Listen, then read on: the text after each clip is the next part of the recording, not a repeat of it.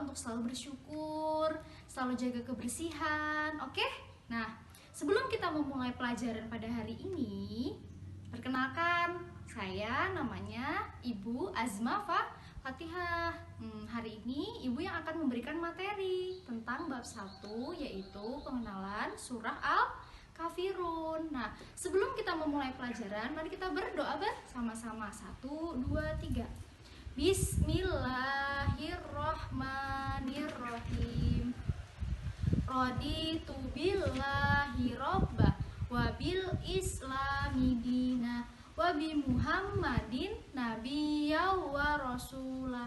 Rabbi zidni ilma warzuqni fahma. Amin ya rabbal alamin. Ayo sekarang sebelum kita memulai pelajaran pada hari ini, mari kita ucapkan sama-sama basmalah. 1, 2, 3. Bismillahirrohmanirrohim. Nah sekarang selamat menyaksikan videonya.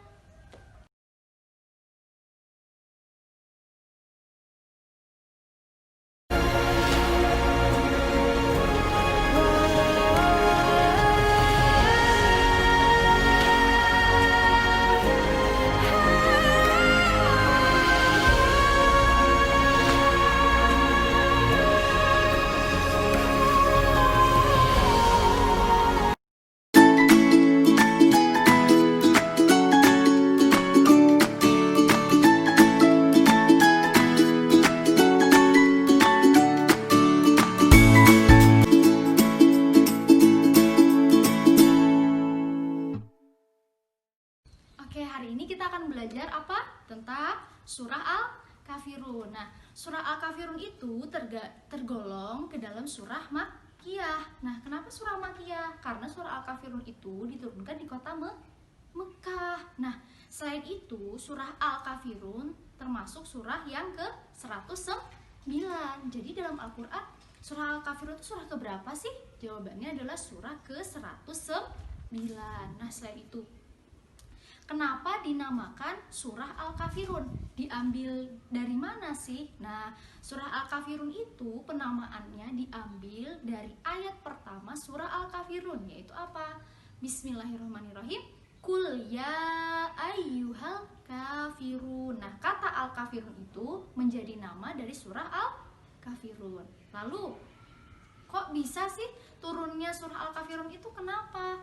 Asbabun nuzulnya itu apa? Sebabnya apa? Nah, jadi zaman dulu kaum kafir Quraisy itu sangat kuat sekali ingin mengajak Rasulullah untuk ikut agama mereka. Tapi Rasulullah itu tidak mau, sampai akhirnya suatu ketika pembesar mereka datang ke Rasulullah untuk mengajak negosiasi, mengajak kompromi. Ayo yuk, kamu agama Islam masuk ke agamaku, kata kaum Quraisy seperti itu. Nah, lalu Allah itu melarang mencampur adukan antara agama Islam dengan agama yang lain. Maka turunlah surah Al-Kafirun.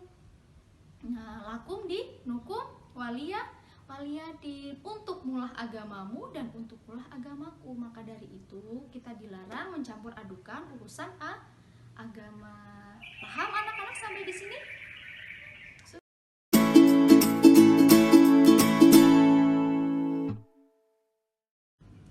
Nah, sekarang kita akan mempelajari isi kandungan dari surah Al-Kafirun. Isi kandungan dari surah Al-Kafirun itu adalah tidak diperbolehkan mencampur adukan ajaran agama.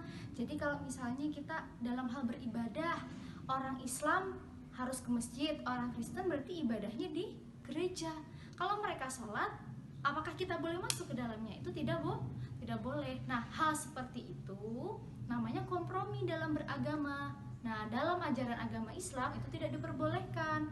Maka dari itu turunlah surah Al-Kafirun. Allah melarang mencampur adukan ajaran agama. Tetapi kalau kita misalnya mau bergotong royong, mau belajar bersama, mau saling tolong menolong selain dalam hal ibadah, itu tidak apa-apa, asalkan bukan dalam hal ajaran agama. Bagaimana? Paham gak anak-anak?